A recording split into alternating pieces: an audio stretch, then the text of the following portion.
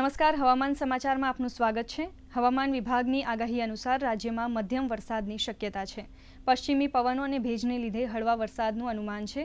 દક્ષિણ ગુજરાતના જિલ્લાઓમાં છૂટાછવાયા વરસાદના એંધાણ છે, તો સૌરાષ્ટ્રના વિવિધ જિલ્લામાં પણ હળવા વરસાદની આગાહી કરવામાં આવી છે।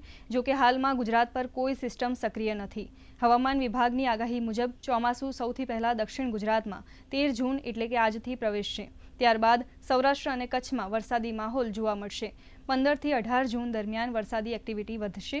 સૌરાષ્ટ્ર અને કચ્છમાં વરસાદી માહોલ જોવા મળશે। 15 થી 18 જૂન દરમિયાન વરસાદી એક્ટિવિટી વધશે। ભારતીય હવામાન વિભાગે આગામી 3 દિવસ સુધી કર્ણાટક, કેરળ, માહે, તમિલનાડુ, પુડુચેરી, કરાઈકલ, કોંકણ, ગોવા અને મહારાષ્ટ્રમાં ભારેથી અતિભારે વરસાદની આગાહી કરી છે।